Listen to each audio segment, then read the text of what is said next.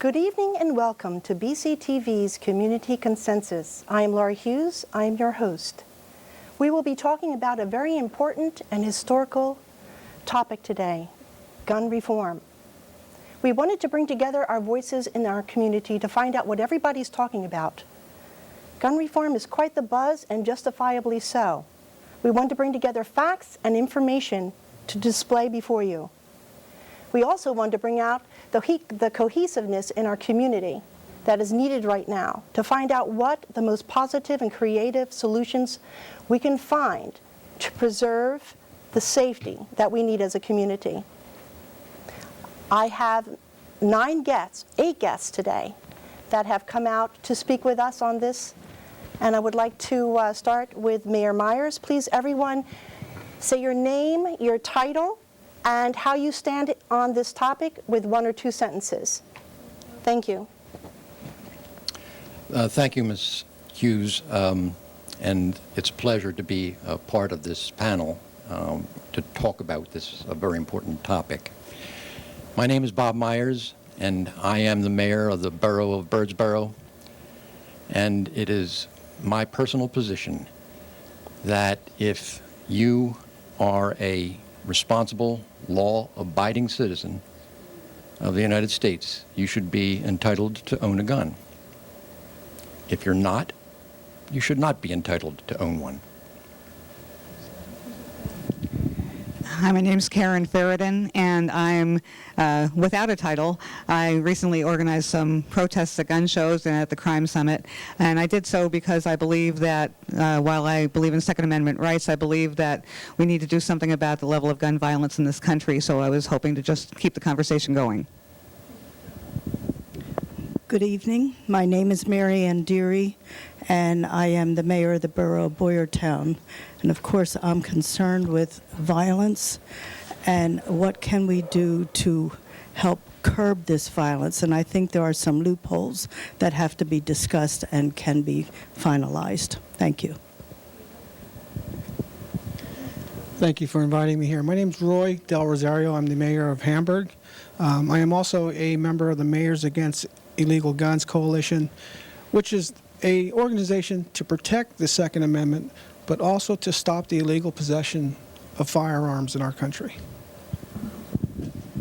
Hi, I'm Attorney Joshua Prince.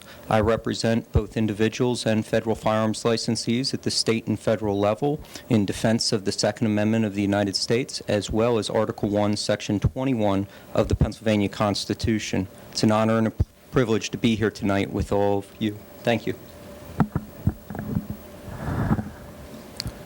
Hi, I'm Chief Kessler from the Gilbertson Borough Police Department. It's truly an honor to be here tonight amongst everyone, and I hope we have a great discussion. Good evening. I'm Mike Williams. I'm the state chapter president of Oath Keepers, and I believe that the Second Amendment and one's right to protect himself or herself is best left to the people and not to the government. Good evening. My name is Eric Wheatnick. I'm the elected sheriff here in Berks County, and it's an honor to be here. Thank you very much for the invite. And I pretty much agree with almost everything that was said here this evening so far. I am pro-gun. I'm pro-Second Amendment. And I do think that we do have some crime issues, but I hope we can get to the root of it and the people realize that the guns are not the issue. It's the people and what they're doing with these guns. Thank you. Okay, thank you. All right, if anybody has any questions or concerns or just would like to show support, we have a call-in number. If you'd like to address some of our speakers directly, please wait until they have actually spoken. We're going to give everyone about a 2.5-minute run for just explaining how they feel about gun reform and hopefully giving us some more information. Our call-in number is 610-378-0426. Again, that number is 610-378-0426. May I have my first graph up? I would like to bring to light a little information that I've found. Last 2 weeks, I've been digging through an incredible amount of information, trying to find unbiased facts in which we could found some of our information on. May we have that first graph, please? Okay, my information was all taken off the FBI.gov, not all of it, but most of it. And where I deterred from it, I will give you a side note. I picked FBI.gov because it is unbiased, and it seemed as if their numbers were very, very strong. On the form that you have in front of you now, it shows readings from 1992 to 2011. And as you can see, if you go up to the violence column, I have certain numbers circled there. Violence crime went from Violence crime, I'm sorry, everything is based on 100,000 people. If you go from the line 992 to 2011, you'll see that the violent crimes went down 50%. That is not circled. Can they see that on the screen? Is that scrolled down far enough? Also, I went to look at murders and homicide. They too went down 50%, actually 54%. And that's over the last 20 years. I don't know if I have a graph up there showing 2011 to 2012, but if I do not, I looked at those graphs too on FBI.gov. Our crime rate is coming down considerably. I tried to find out where is crime in our country, and it is where there are 250,000 people in a metropolis. When it's over that amount, you have concentrated areas of crime. I also found out that 48% of that crime is gang-related. I dug further and tried to find out about repeated offenders, and that is a very large percent. I'm looking right now to find out where I have that percent. Does anybody know what that percent might be? All I can say it's around 48 or 50%. At least that, and I'm being modest. I also took a look at other countries. Could you please change that graph and see if there's another graph on 2011 to 2012, please? Okay, so I took a look at England. It's www Home Office. I don't know if it's UK or England. Just check out the government statistics. And in England, after gun banning, the crime rose 3 times the amount that we have here. And the murders, yes, okay, the murders did fall down. But I kept digging, and I found out that the murders were based on 100,000 per people, and their figures showed that. Well, we have 6 times the amount of metropolises. So I'm not sure how much I want to trust that figure.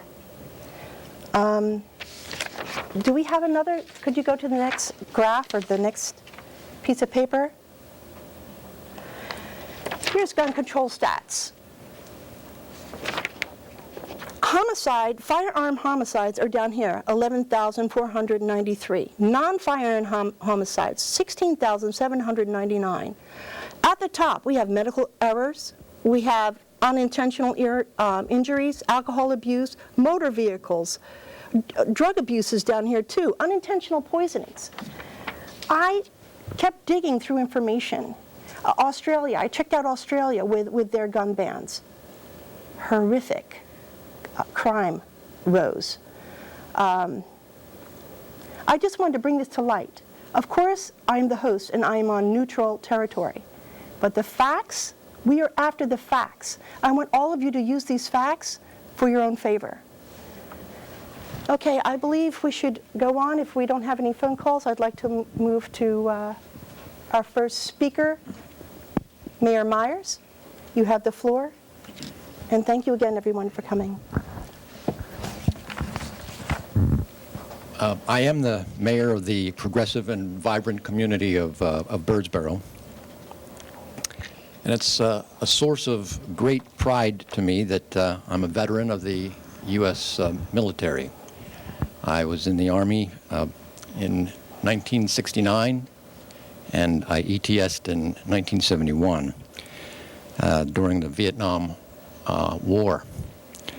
I have a collection of rifles, and I have a 12-gauge shotgun.